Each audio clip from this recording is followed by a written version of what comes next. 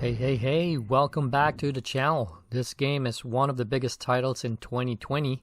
Released back in July 17, Ghost of Tsushima boasts an interesting gameplay, historical references and backstory, and a beautiful environment. Tsushima is actually an island in the upper western tip of Japan, so that one's real. This is a PlayStation exclusive, so we don't have this game for Xbox, or PC, or Switch. Well, hence the word exclusive. There are posts out there speculating a PC release, but I don't have any official info on that yet. The game starts with a semi-interactive cutscene depicting the defeat of the Japanese forces during the Mongol invasion. The scene builds up the anguish of the main character upon learning the aftermath of his uncle and fellow warriors from the battle. It's quite an important lead-in to establish the mood for the game, as well as the concept of starting from scratch.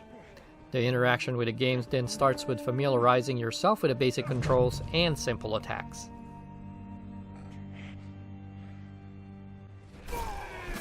You will notice the smooth movement on walking, running, riding your horse, and swordplay. You can walk, run, climb, and jump, although there are some areas that are restricted where you cannot climb or jump over.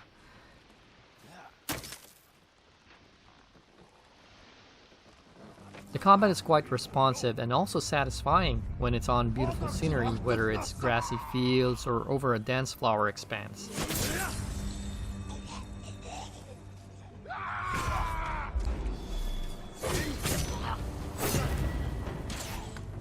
You can build your attacks and defense on 4 distinct stances: wind stance, stone stance, water stance, and the moon stance. Each stance actually maps to a specific type of weapon or gear and have several moves that could be upgraded. The stone stance works best for the sword, the water stance is effective when you are carrying a shield, the wind stance is great for spears, and the moon stance works best for brutes who wear tough armors. There are a couple of major side quest categories called Tales of Tsushima. Each category have around 10 to 15 quests. There are also mythic tales that could give you unique attack strikes, weapons, armor, gears, and increase in character attributes.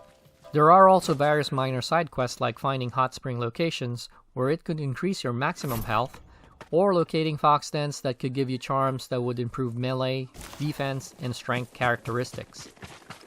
Discovering Shinto shrines could also give you charms that have perks and modifiers. During normal progression, you may acquire materials and currency. Materials can be bought or harvested from wildlife to craft equipment and upgrades. Your character's name is Jin Sakai, and no, the name has no historical significance. Jin was one of the last survivors of the Mongol invasion.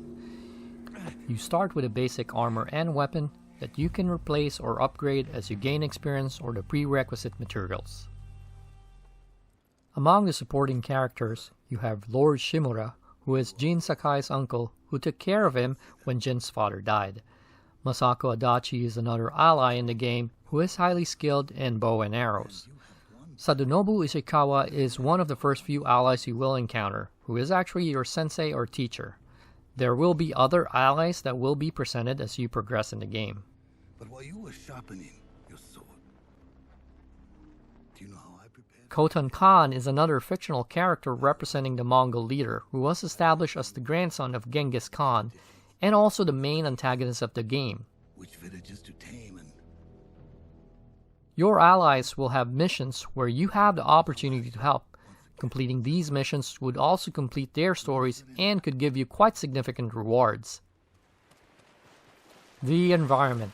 What can I say about the environment? Well, it's one of the most beautiful environments that I've seen in a game. I remember seeing how grass twists and turns in Assassin's Creed Black Flag, and I was thinking back then, whoa, this is new. I didn't realize we can see this now in a game. So multiply that by 5.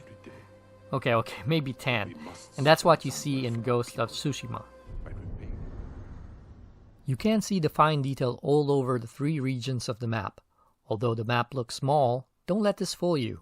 The fact that the game has fast travel to locations that you've already visited means there's some significant area to cover per region.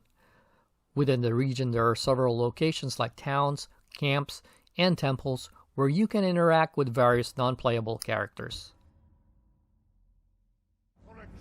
So, if you're looking for a game with a lot of activities and challenges, Ghost of Tsushima is the one you're looking for.